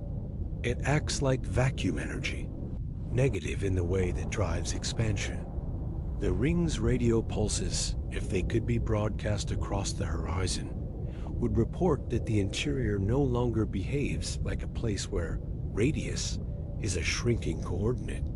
It behaves like a place where distances grow on their own. The language of bounds helps the intuition.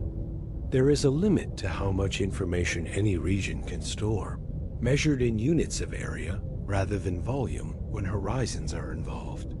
There is a limit to how hot a string gas can become before new degrees of freedom take over. There is a limit to how precisely you can localize a particle without flooding the region with energy that curves the space you are trying to measure. These are different faces of the same instinct. Nature trims extremes. A curvature cap is that trimming written into geometry. It is not special pleading. It is the same discipline that gave physics a speed limit and quantum mechanics a grain. There is a human temptation to ask how large the maximum curvature is and to hang a number on it.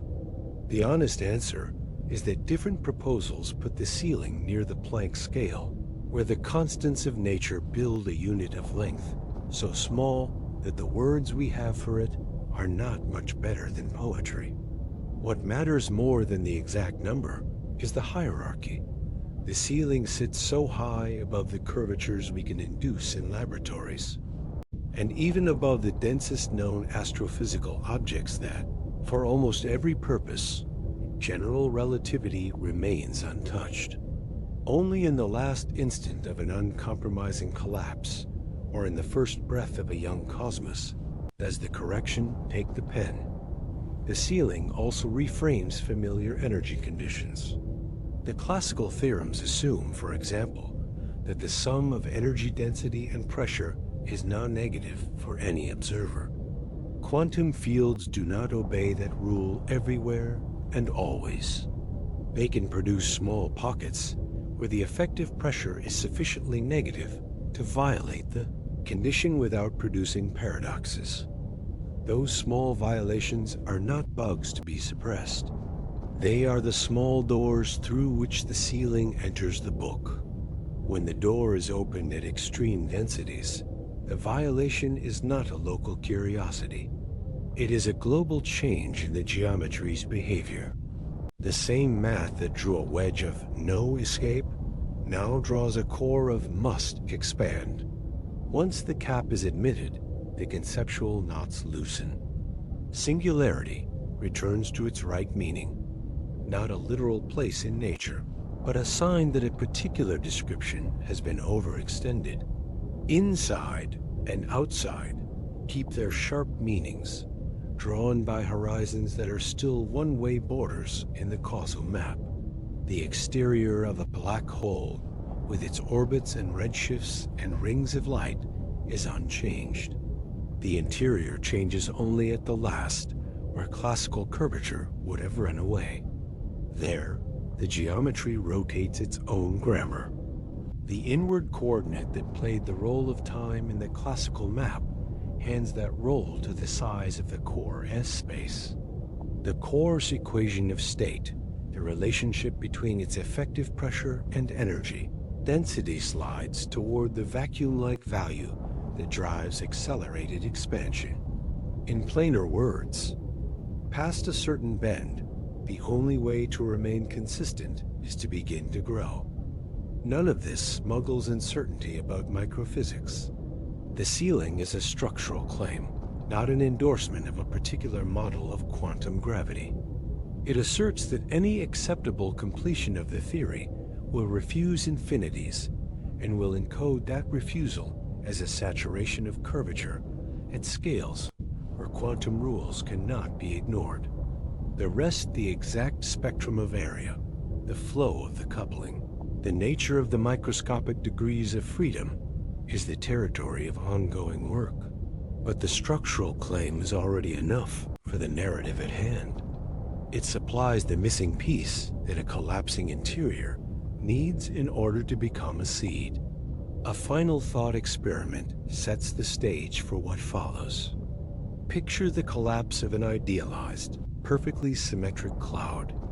In the classical story, the interior metric evolves smoothly until a horizon forms, and then geodesics terminate in finite proper time at a singularity. In the cap story, the same smooth evolution proceeds, the horizon forms, and the interior geodesics continue past the point where the classical map would have ended into a finite density region where the curvature invariants have reached their maximum allowed values.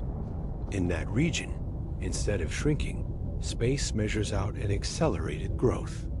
The geometry is de Sitter-like. It is smooth, almost uniform, and it carries tiny quantum wrinkles that will become the scaffolding for later structure. To anything born there, this growth feels like the beginning of time. From here, the path is already drawn. If a ceiling exists, a collapsing interior does not end. It turns. The turn is not a tunnel or a door. It is a change in the rules of the stage itself. The next chapter simply follows that turn with a single, concrete traveler. A thought object, simple, sturdy, with a clock, will cross a horizon and enter the cap domain. There, in the quiet grammar of light cones and proper time, the radial way in will dissolve into a de Sitter pocket that grows. The pocket will be the whole world for anyone inside it. And to the outside, the horizon will remain what it always was, a perfect circle of silence. Imagine a sturdy probe the size of a small car, quiet as a comet and bright with a single radio heartbeat. It drifts on a dark approach toward a supermassive black hole, the kind that lives in the centers of galaxies and weighs millions of suns. The choice of a giant is deliberate. At the horizons of such titans, tides are soft enough that the probe will not be torn apart as it crosses. Around the black hole, hot gas swirls in a thin disk. Farther out, stars loop in long, slow ellipses. Between them and the horizon lies a shell where light itself can circle, a precarious racetrack for photons. The probe skims past that shell, dips through a last spray of blue-white plasma, and aims for the quiet directly above the black hole's dark center. From far away, a listener hears the probe's radio tick once every second. As the path descends, each tick arrives more slowly than the last. Drawn out by gravity's redshift, the pitch falls, the intervals stretch. The distant listener will never hear the moment of crossing. That is not an illusion or a failure of instruments. It is the way curved spacetime sorts cause and effect. Light emitted closer to the horizon has a longer climb, and the climb itself is across a stage that stretches while the light is on its way. But inside the cabin, time behaves perfectly normally. The probe's clock never hesitates. The second hand sweeps and clicks, steady as breath. The horizon is not a wall. It is a one-way border in the map of possible futures. The probe sees nothing special as it passes no flash, no shock, because for a supermassive black hole, the local tides at the horizon can be gentler than an earthly roller coaster. Inside, the map changes. In ordinary space, outward is a direction you can head if you fire engines hard enough. Here, the light cones, the little diagrams of all directions light, can have tilted so far toward the center that even a beamed outward still finds that all honest futures lead deeper in. The probe can thrust, but the geometry wins. A minute passes on its clock, then two. On a non-spinning black hole, the path is an almost perfect radial plunge. On a rapidly spinning one, space-time itself is dragged around. Even a straight descent is gently twisted. Either way, the cabin's instruments report the same fundamental story. No course correction can create a future that returns to the outside. The border has been crossed. Tides begin to grow. Not catastrophically, not yet, but enough for the probe's accelerometers to notice. A long object would feel the gentle start of stretching along the inward direction and compression sideways. This is what tidal gravity means here. Nearby straight paths through spacetime start to converge in the inward direction and splay apart in the transverse ones. For a small black hole, those tides would be dramatic at the horizon. For a supermassive one, they become strong only deeper in. The difference is scale, not principle. Either way, the probe's flight computer does what it was designed to do. It keeps measuring, keeps broadcasting, even though no broadcast will ever be heard beyond the horizon again. If the classical equations were the whole story, the probe's journey would be short and terminal. The geodesics, the straightest possible paths through curved spacetime, would end at a place where curvature blows up, a singularity that is not a location in the ordinary sense, but an edge where the map runs out. The cabin's clock would tick a finite number of seconds, and then there would be nowhere left to go. But the ceiling on curvature major has refusal to allow true infinities changes that last chapter without rewriting the pages that came before. As the probe approaches the core, the invariants that measure curvature saturate. They do not climb past a maximum value. The geometry does not smash. It turns. What does a turn feel like to the mathematics? And how does it show up to anything inside? The simplest way to say it is that the role of the inward coordinate changes character. In the classical interior, the inward direction behaves like time itself. Every future heads toward smaller radius the way every tomorrow heads toward larger time. With a curvature ceiling, there is a tiny region where that rule no longer holds. The corrected geometry answers the crush with an effective negative pressure, a vacuum-like push that resists further compression. In that pocket, distances want to grow. The straightest futures are no longer toward ever smaller size. They are toward expansion. The local shape of space-time becomes the shape known as de Sitter, smooth, almost uniform, a geometry whose default is accelerated growth. The probe cannot send a postcard about this change back through the horizon. But if a thought observer could ride alongside the geometry itself, if there were minds fashioned from the fields that fill that pocket, they would describe their world as a beginning. The clock on the probe, still counting, would register that the passage from horizon to core took a finite time. The bang they would later deduce from their sky would not be a bomb. It would be the steady, natural behavior of a region that started near a maximum allowed density and expanded rapidly because that is what the corrected geometry requires there. To them, there would be no memory of a fall, no sense of having crossed a border, because their causal past would be contained entirely within the inflating region. The outside would not be a place that was forgotten. It would be a place that was never part of their map. Why de Sitter? Because when a ceiling prevents further concentration of energy into ever smaller volumes, the remaining consistent option is for space to behave as if it were filled with a nearly constant energy density one that does not thin as space grows. In Einstein's equations, that combination produces accelerated expansion and an almost perfectly isotropic geometry. The crucial word is almost. Quantum mechanics never supplies an exact blank slate. Even in a vacuum-like state, there are tiny fluctuations, random, disciplined jitters in energy and curvature that cannot be removed. In the inflating pocket, those jitters are not smothered. They are preserved and stretched. Later, after the rapid growth relaxes, those stretched ripples become the seed pattern that gravity can amplify into filaments of galaxies and the cool, empty voids between them. In this way, the quiet necessity of a ceiling supplies both the calm background and the faint, statistical freckles that make a sky interesting. Inside the pocket, horizons appear of a different sort.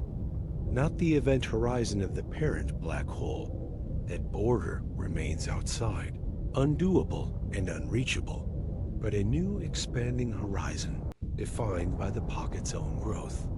Beyond a certain distance, light emitted now will never arrive because the expansion outpaces every last chance. To inhabitants, that boundary is not a wall but a limit, a circle of ignorance that recedes even as the region grows. The geometry protects the privacy of beginnings from both sides. Signals from the parent cannot get in. Signals from the child cannot get out. Each world is complete in what it can know. Return for a moment to the probe's instruments. The accelerometers that measured tidal shear now report a change in texture. The inward stretch no longer grows without mercy. In the core, the effective equation of state, the relationship between pressure and energy density, has slid toward the vacuum-like value that drives accelerated expansion. A small lattice of test masses released in the cabin would begin to drift apart in every direction, not because an explosion pushed them, but because the space between them is increasing on its own. The image is precise. We are not watching fragments propelled outward through a pre-existing room. We are watching the room itself become larger between the fragments. Locally, this looks exactly like an early universe. The details that cosmologists infer from our own sky-rapid early growth, near-flat geometry, tiny quantum ripples, are the details this pocket naturally provides. A fair listener might ask where the energy for this expansion comes from. In the geometric dialect used here, that question is answered without embarrassment. Energy is not a fluid poured into a container. It is a way of bookkeeping how geometry and matter talk to each other. In the core, the corrected rules do not let curvature increase beyond a maximum. The response to that constraint is a vacuum-like stress that makes distances grow. When the pocket later relaxes, when the effective vacuum energy thins and hands the baton to radiation, and then matter the energy that drove expansion does not vanish. It is converted into the content that now coasts in clumps. In field language, this is reheating.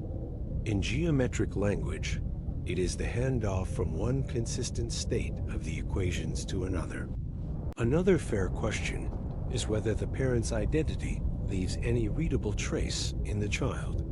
In principle, tiny asymmetries in the collapse rotation, for instance, could imprint a whisper of anisotropy in the earliest instance.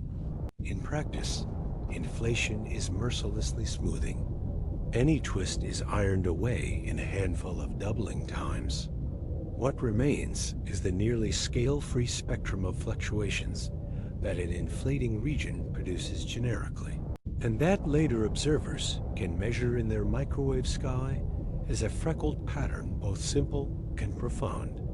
If there are corrections, minute deviations in the statistics or the amplitude, they are hidden behind the same causal limits that protect every horizon. The inside cannot look out. The outside cannot look in. Both are spared paradox. The gentle fall has become a gentle birth. What began as a descent through a one-way border ends as the natural emergence of a region whose law is to expand. No tunnel opens, no throat connects. The parent's horizon remains a perfect circle of silence. And beyond that silence, the parent world continues, swallowing stars, humming in gravitational waves, living out its long night. Inside, a new clock is already counting a different history. Radiation first, then matter, then the patient sculpting of gravity and light into structure. If minds arise there, and they might, those minds will tell their own standard story and argue over the same parameters we argue over. The rate of expansion, the texture of the earliest ripples, the balance between dark and luminous matter, the late time acceleration that makes distant regions drift forever out of reach. They will do so without any need to imagine a parent, because their equations will close on their own page. To finish the descent with the probe, let the cabin lights dim. Its purpose was to mark a path, not to survive it. The last measurement it makes is not a location but a condition. The invariants of curvature have saturated. The geometry has changed grammar. The local futures now lead to growth. Beyond that point, there is no instrument designed to speak. The pocket does not need one. It will speak for itself in the language of stars. In the chapters that follow, the camera will pull back from this single fall and watch how the inflating pocket slows, how the brakes engage without drama, and how the energy stored in the geometry reappears as heat and light. The thought experiment remains our guide, but the focus widens from a traveler and a core to a sky and a history. The fall was gentle because the ceiling demanded it. The growth that follows is gentle because the equations permit nothing else. Inside the capped core, the geometry has one overwhelming habit at first. It doubles distances with metronomic calm, smoothing everything it touches and stretching tiny quantum jitters into the faint seed pattern of a future sky. That is inflation seen from within no fireworks. Only a steady widening in which even light can't keep up with the receding horizon. But this state is not immortal. The same rules that forbid true singularities also insist on change when the pressure of collapse eases. Inflation fades, and the fade is the beginning of everything else. A fade starts with a slow tilt in the balance of forces that never announces itself with a bang. In the parent world beyond the unreachable horizon, the black hole's mass is not a constant. Early on, it gains more than it loses. Matter falls in. The horizon swallows gas and stars, and the occasional stray cloud of dust. For the interior, that feeding means the ceiling, the maximum curvature, stays tightly pressed. The vacuum-like push remains strong. The pocket keeps inflating. Ages pass in the parent's clock, while inside the pocket the growth roars through its entire early career in a time that would barely register on an exterior. Calendar clocks disagreeing, honestly, because their paths through spacetime are not the same. Later, as the parent's diet thins and quantum leakage hawking evaporation very slowly begins to matter, the interior feels the difference as less insistence at the ceiling. The effective vacuum energy that drove the expansion relaxes. The de Sitter rhythm slackens. The straightest futures no longer demand exponential growth at every step. To the interior, this softening is not a message from the outside. No signal crosses the border. It is a change in local parameters carried by the geometry itself. The way the wind inside a sealed valley can shift when the pressure over the mountain range far away changes. In the equations, the pressure term that once sat near the vacuum value begins to drift. The equation of state trades a sliver of its negative pressure for forms of energy that thin as space grows. In field language, the vacuum-like energy decays. In geometric language, curvature hands off to content. The handoff is not theatrical. It is continuous and disciplined, like an orchestra moving from overture to first movement without breaking time. There are two clean ways this handoff can proceed, and both keep faith with horizons. In the first, the relaxation is internal and gradual. The effective vacuum energy bleeds into excitations of the same fields that write the geometry, and those excitations scatter into a hot bath of quanta radiation in the broad old sense that includes light and neutrinos and whatever else the pocket's microphysics allows. The temperature climbs from almost nothing to something fierce, not because heat poured in from anywhere, but because the energy that once lived in the fabric of expansion is now carried by particles jostling in a dense plasma. This is reheating told without decoration. The inflating state warms itself by ending. In the second path, most of the story is the same until the very end of the parent's life. When the exterior mass dwindles to the point where evaporation races, the interior may experience a brief, intense coupling, a white hole-like turnover that hastens the final step down from vacuum energy to ordinary content. In both pictures, the border remains unbroken. No message leaves the child.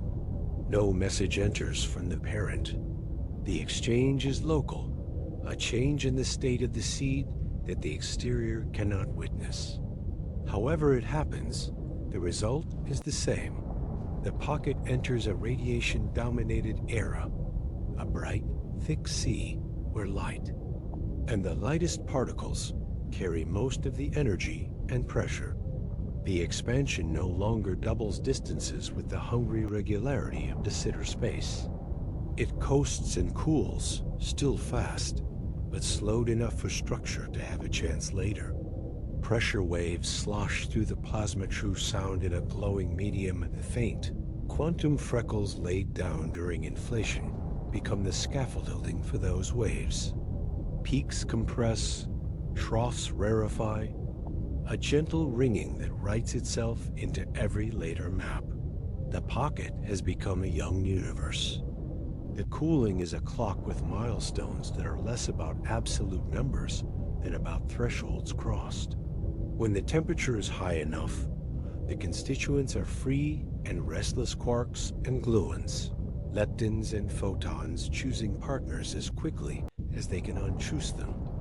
As it falls, binding becomes possible. Protons and neutrons settle into light nuclei during a narrow window when reaction rates and expansion rates balance just so, fixing the helium fraction that is insensitive to preference and sensitive to physics alone.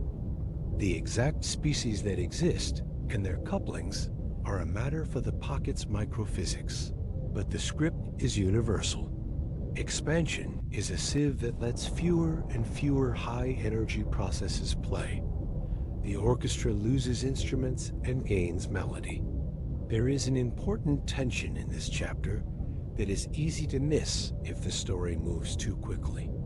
Inflation must end late enough to iron the geometry smooth and stretch those quantum freckles to cosmic size, but early enough to keep them from being erased by the heat of reheating. End too soon and the pocket stays lumpy. End too late and the little pattern that would become galaxies is washed thin. The interior solves this not with a dial set by taste, but with the same mechanism that began the whole business, a ceiling in the horizon. While the ceiling is pressed hard, the growth is ruthless. As the pressure eases, the growth relaxes. The end is not a knife edge. It is a wide, stable shoulder where distant possibilities all converge on the same track. Many beginnings look different. Many endings look alike.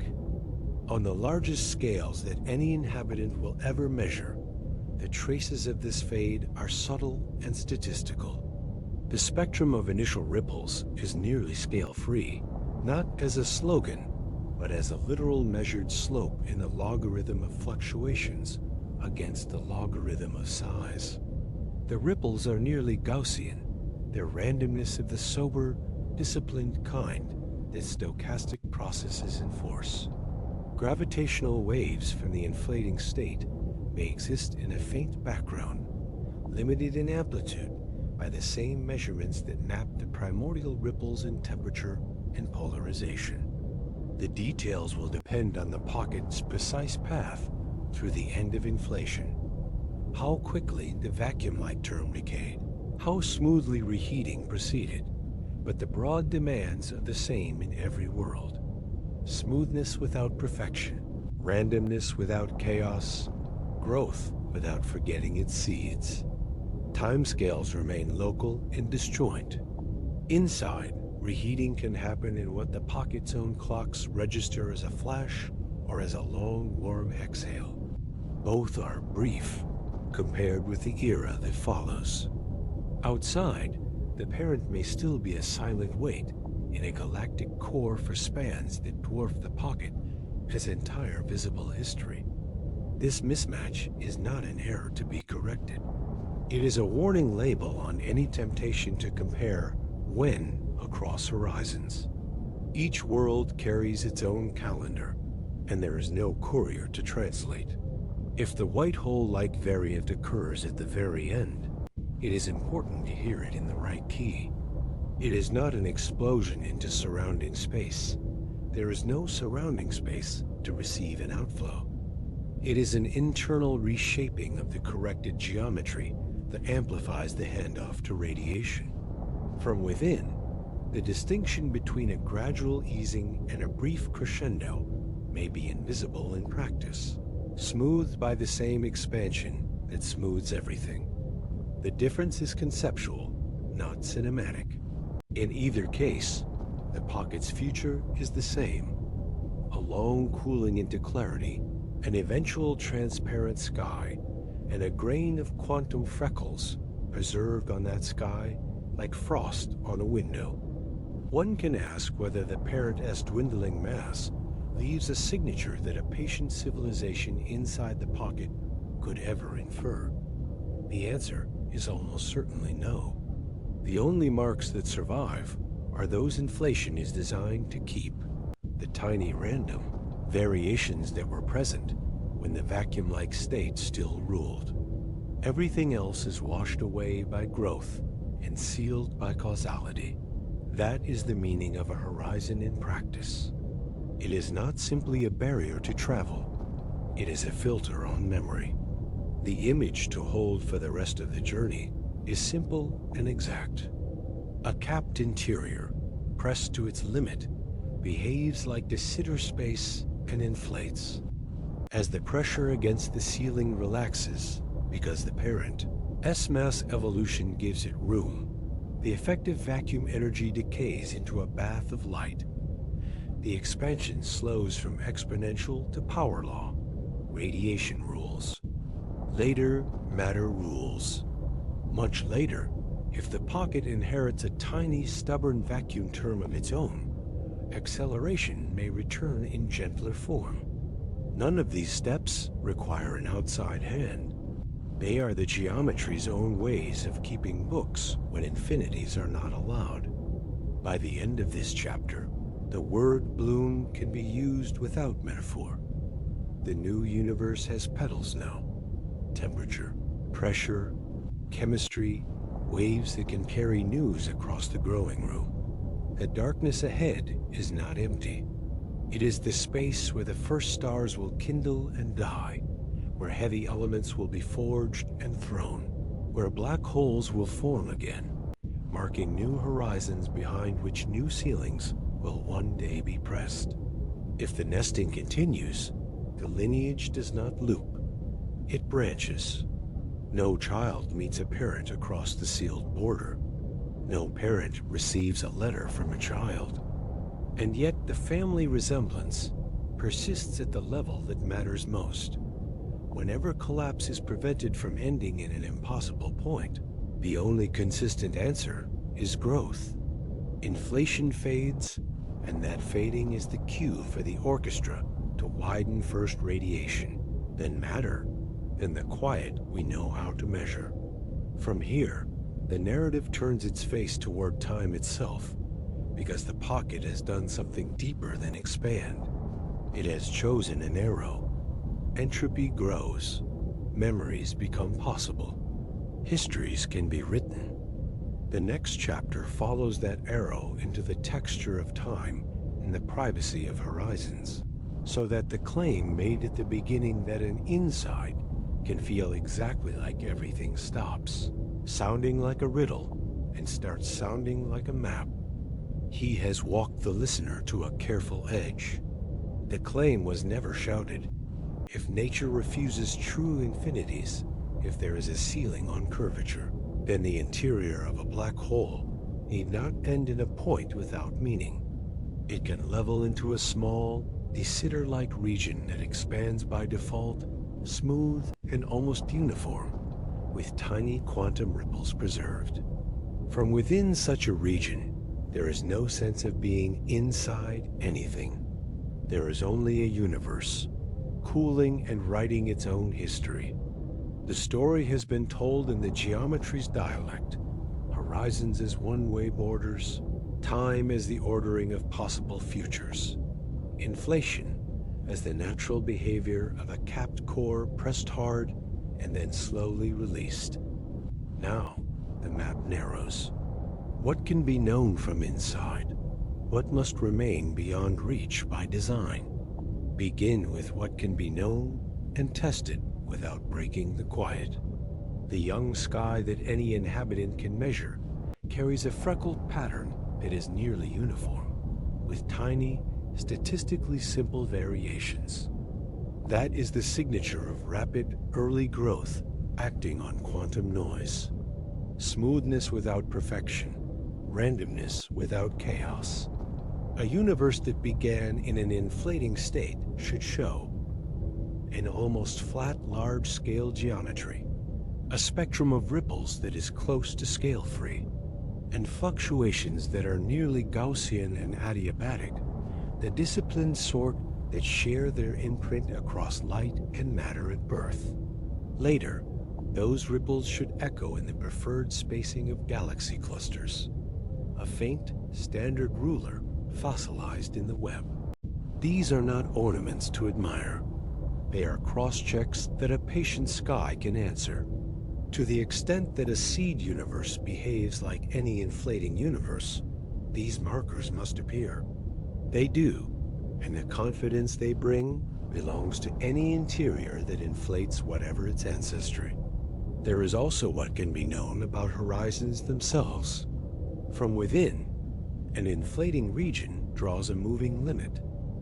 Beyond a certain distance, light emitted now will never arrive. That horizon is not opinion, it is geometry. It explains why the past beyond the hot, dense beginning is not merely dim, but causally unreachable. From without, a black hole's event horizon draws an opposite kind of silence.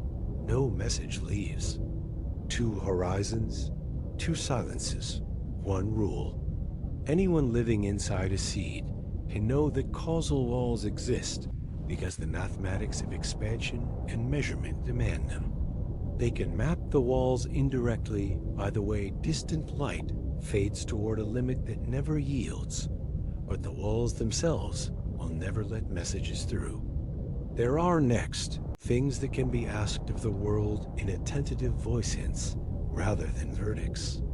If capped interiors are real, then black holes are not just endings.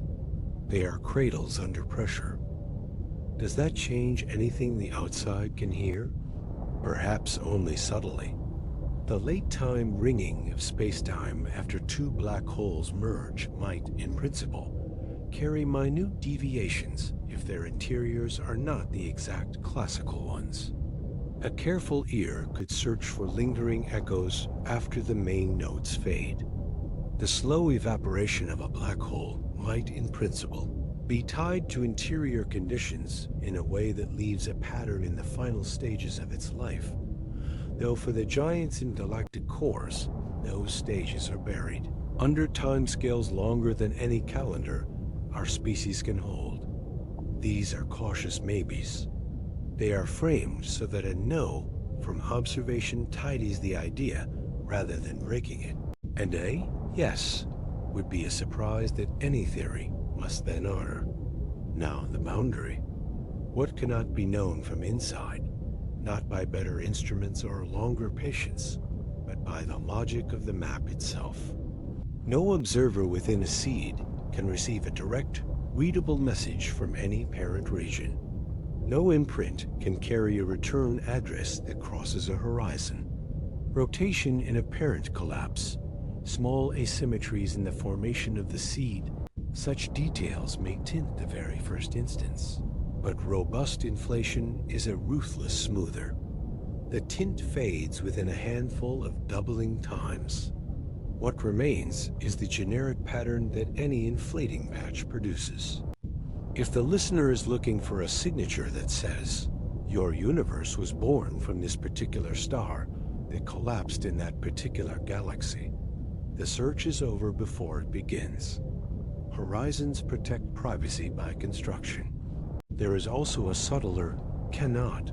Clocks across horizons will not agree, and there is no protocol to reconcile them.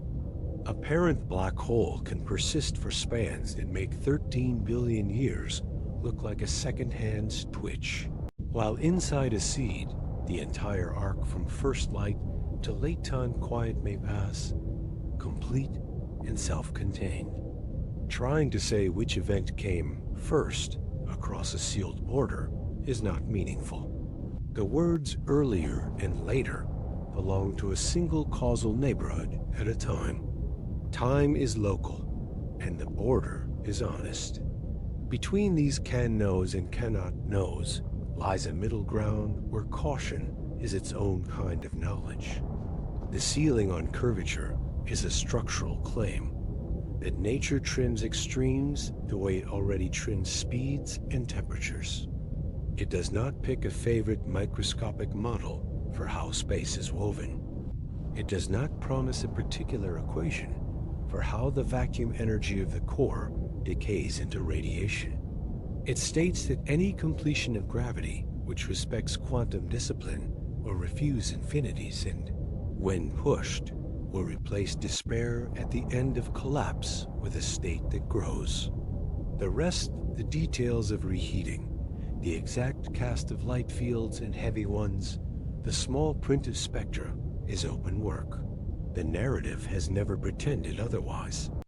Skepticism is therefore not the enemy here. It is the form of care the idea requires. A good doubt asks, does the sea picture change what our instruments read in the sky today? Not in ways that break what already fits. Does it invent miracles at the beginning? No, it trades an improbable initial condition for a ceiling that obeys the same instinct that has disciplined physics for a century. Does it predict something wild tomorrow? No, it is quiet where it must be quiet at horizons, and only ambitious where it must be ambitious at the moment when classical equations would otherwise tear. He can now return, gently, to meaning, the sort that does not rush the listener awake. Nested worlds do not imply ladders to climb or judgments to pass. They imply genealogy without correspondence, parent regions that never meet their children, children that never send letters home. If such nesting exists, it changes none of the responsibilities inside a world. It does not rescue anyone from cause and effect. It does not assign purpose. It offers a posture, humility in the face of horizons, gratitude for a map that closes cleanly on its own page, and a willingness to live well within limits that are not defects but features. The arrow of time, which quietly emerged when the pocket began to grow, deserves its last word. A capped core that relaxes into accelerated expansion provides not just room but direction. Entropy can increase, records can accumulate, memories can be written. The fact that the geometry gives the beginning the right kind of asymmetry is not a small grace. It is the condition that makes history possible and sleep real. If there were no gradient to run down, there would be no unfolding, no before and after tell. The ceiling, by turning an end into a beginning, also turns stillness into narrative. It is reasonable to ask what survives this chapter once the mind steps away from cosmology. A few stones remain in the hand. First, horizons are not frustrations. They are the honest edges of a map. They protect coherence by saying here and no further. Second, smoothness and speckle are both essential. The world is learnable because it is almost uniform, and it is interesting because it is not exactly so. Third, modest rules at extremes, speed limits, uncertainty, ceilings keep physics from breaking itself. Those rules do not make the story smaller. They make it readable. He closes at last with what the narrative has earned and nothing more. If nature refuses singularities, a collapsing interior can cradle a beginning. If that beginning inflates, the sky it later reveals will look like the skies we know how to measure. Nearly flat, nearly uniform, finely freckled. If horizons seal regions, no letter crosses between parent and child, and no test inside can name a specific parent. What we can know is enough to build the civilization of instruments and patience. What we cannot know is not a wound. It is the seam that keeps one world from tearing into another. The room is quiet. The claims have been placed without hurry. Outside, black holes continue to be heavy silences in crowded hearts of galaxies. Inside, universes continue to be everything to those who live there. If the listener drifts now, if the last sentences soften into breath, the story does not vanish. It stays where it was set down, beside a simple question answered as far as a map allows. And inside can feel exactly like everything, and the most secret places in nature may be nurseries after all. See you, space cowboy. Sleep well.